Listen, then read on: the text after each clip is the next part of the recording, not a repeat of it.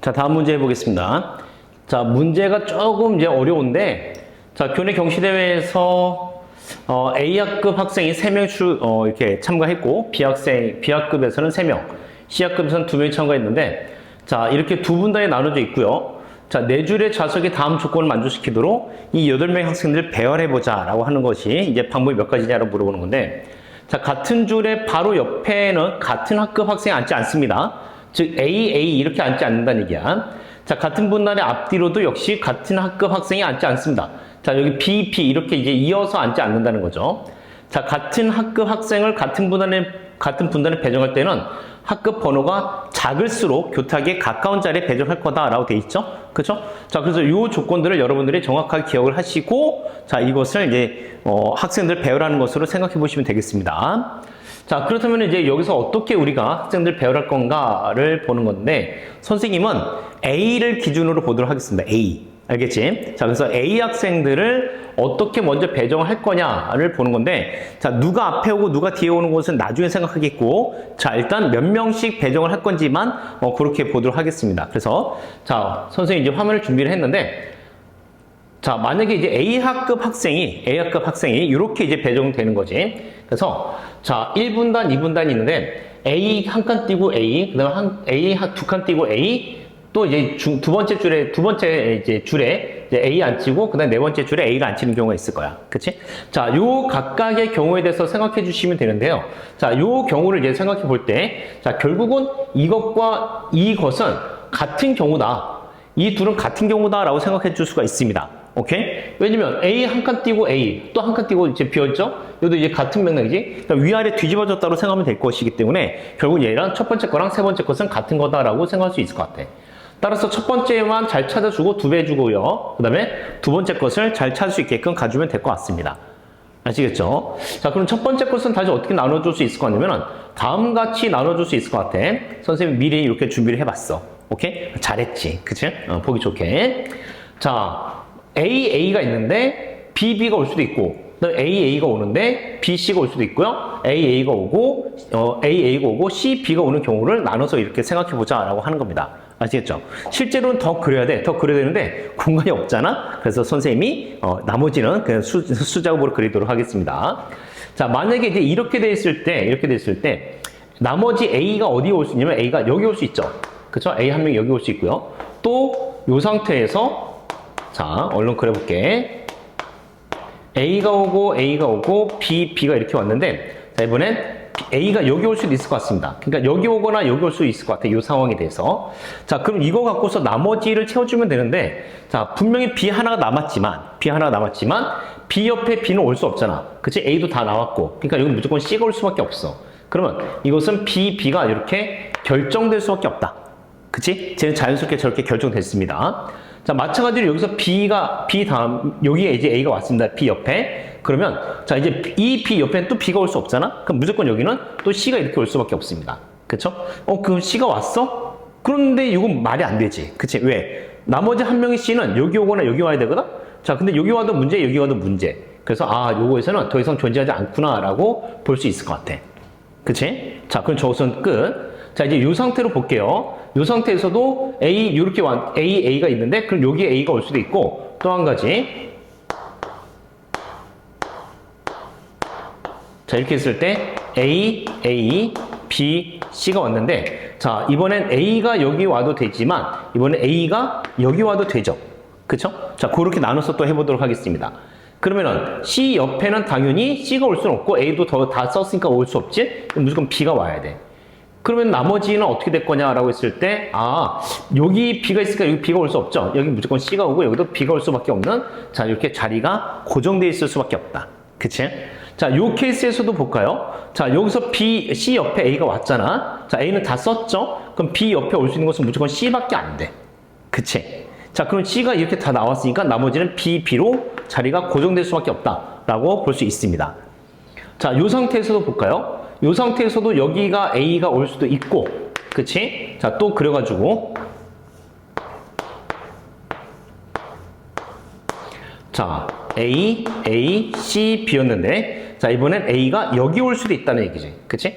자, 만약에 A가 여기 왔다. 그러면 A는 다 썼고 C가 남았는데 B 옆에는 B가 오면 안 되니까 여기 C. 따라서 나머지 자리가 B, B로 고정되어 있을 수밖에 없겠고, 자 마찬가지로 여기서 또 생각해 보게 되면 C 옆에는 B가 올 테죠? 그죠? B가 이렇게 왔는데, 자 그럼 B가 하나 왔으니까 여기는 더 이상 B가 들어갈 자리가 없네? 그럼 B가 한 명 또 들어가야 되지, 한 명이 더. 근데 여기 와도 문제, 여기 와도 문제. 그래서 이 케이스도 되지 않는다라고 볼 수가 있습니다. 결국은 이제 우리가 이렇게 이제 생각해 볼 수 있을 것 같아. 따라서 자 첫 번째, 요 케이스에 이어서 만들 수 있는 이렇게 칸은 이렇게 4개가 있다라고 볼 수 있는데, 자 이제 여기다가 학생들을 배정을 할 거야. 학생들을 이제 배정을 하는데 뭐라고 써 있습니까? 아까 다조건에 같은 분단에 같은 학급의 학생이 앉을 때는 번호 순서가 작을수록 앞에 앉겠어라고 했었지. 그런데 자 A를 놓고 봤을 때, 자 요거는 요 자리는 번호 순서가 정해져 있기 때문에 자리에 앉는 경우도 정해져 있어. 그치? 만약에 1번, 2번, 3번이 있었다. 그러면 3번이 여기 앉잖아? 그럼 1, 2번은 여기 자리가 정해져 있어. 2번이 앉잖아? 그럼 1, 3번이 정해져 있어. 1번이 여기 앉잖아? 그럼 여기는 2, 3번이 정해져 있어. 그치?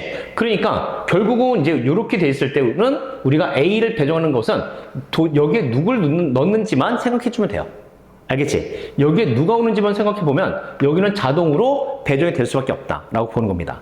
아시겠죠? 자, 그래서 같은 방식으로 생각해 보게 되면은, 같은 방식으로 생각해 주게 되면은, 여기서 선생님이 좀 잘못 썼네. 그치? 여기서 선생님이 잘못 쓴 걸 발견했습니다. 맨 위에는 여기 C가 와야 되죠? B가 넷이 올 수는 없으니까 C가 와야 됩니다.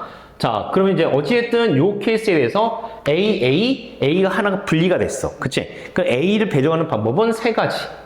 역시 B 둘에 여기 하나가 있으니까 B를 배정하는 방법도 3가지. 근데 C는 같은 분단에 있죠? 그럼 번호가 작을수록 앞에 올 거니까 얘는 정해져 있어. 이게 1가지. 그래서 얘는 9가지가 나타나게 됩니다.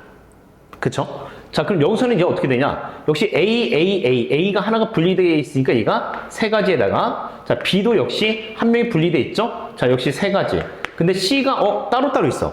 따로따로 돼 있으면 이것은 번호 순서 중요하지 않지. 그치? 그래서 C가 이렇게, 자, 1분단에 올 수도 있고 2분단에 올 수도 있고 자리 바꿀 수도 있으니까 이게 2가지가 돼가지고 여기서 18가지를 찾아낼 수가 있습니다. 자, 그럼 이것도 같은 방식으로 A가 혼자서 분리되어 있으니까 3가지, C가 혼자서 분리되어 있으니까 3가지, B가 혼자서 분리되어 있으니까 3가지, C가 분리되어 있으니까 역시 2가지에서 18가지를 찾아낼 수 있고, 자, 이것도 같은 방식으로 찾으면 18가지를 찾아낼 수가 있습니다. 오케이? 자, 그래서 이 첫 번째 케이스, 자, 케이스 1으로 보게 된다면은, 자, 몇 가지가 된다? 9가지에다가, 자, 18 곱하기 3이 될 테니까, 그러면은 9 더하기 54가 되나요? 자, 그래서 63가지를 일단 찾아낼 수 있다가 되는 거죠. 그쵸? 자, 저게 케이스 1이라고 봤을 때, 자, 그때 63가지를 우리가 찾아낼 수 있다가 됐습니다. 그러면 얘기했듯이 케이스 3도 63가지가 된다는 거지. 그치? 그래서, 케이스 3 역시, 자, 63가지가 될 거다라고 볼 수 있습니다. 이제 우리는 케이스 2를 진행해 주시면 되겠다. 아시겠죠? 자, 그러면 케이스 2를 다시 한번 보도록 하겠습니다. 자, 요게에 대해서는 어떻게 우리가 쓸 수 있느냐? 자, 분명히 요 비어있는 두 칸에는 뭐 B가 오거나 C가 올 수는 없지. 그치? 그래서 어떻게 본다? B, C로 올 수 있고 C, B로 올 수 있는 이 2가지 케이스가 있겠다라고 가는 거야.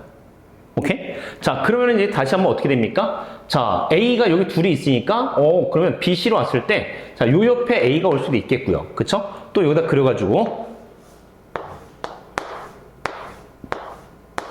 자, A, B, C, A. 그 다음에 요 옆에 A가 이렇게 오는 케이스로 나눠서 생각해 볼 수 있을 것 같아. 그치? 그리고 이것도 생각해야 되죠? 근데 가만히 보면 이거랑 이거는 같은 케이스인 것 같아. 왜냐면 A, B, C, A 거꾸로 하면은 A, B, C, A 뭐 똑같네. 그치? 그러니까 요 케이스랑 요 케이스는 동일하기 때문에 우리는 여기만 찾아주면 되겠다.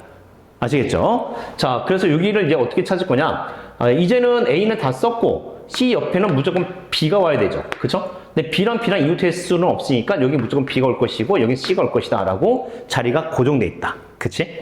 자, 요 케이스에 대해서도 B 옆에는 무조건 C가 와야 되고 C랑 B랑은 이웃할 수, 그럼 C는 다 썼네. 그럼 무조건 여기는 B하고 B가 올 수밖에 없겠다.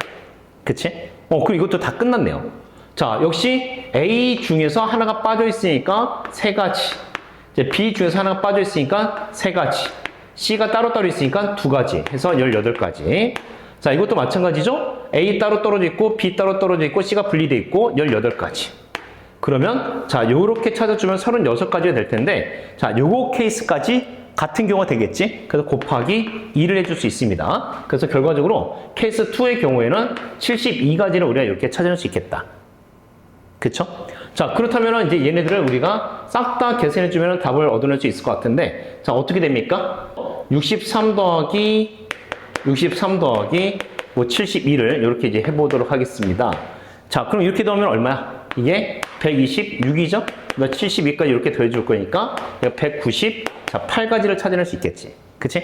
자, 이렇게 되는 게 이제 198가지가 됐습니다. 그럼 이걸로 끝나는 거냐? 아니죠. 그치? 자, 분명히 우리는 1분단과 2분단이 이렇게 있는데, 자, 여기에 A를 둘, A를 하나, 이렇게 배정하는 것을 했었잖아? 이제 어떻게 됩니까? 얘네들이 바뀔 수가 있겠지. 그치? 바뀌는 것까지 이제 다시 해야 된단 말이야? 그럼 역시 같은 케이스가 될 테니까, 이걸 다 계산하는 게 아니라, 어차피 198 곱하기 2를 해주면 됩니다. 이렇게 계산해주면 얘가 396가지를 찾을 수 있게 된다. 아시겠죠? 이렇게 풀어주시면 되겠습니다. 그래서, 자, 경우가 상당히 많기 때문에, 자, 뭐 헷갈릴 수도 있어요. 굉장히 많이 헷갈릴 수 있겠지만, 학교 시험에서는 당연히 이거 어떻게 해서든지 나올 거야. 더 줄여가지고. 알겠지? 더 줄여서 어떻게 해서든지 나올 수 있어. 그러니까 꼭 공부를 잘 해주셔야 됩니다. 아시겠죠?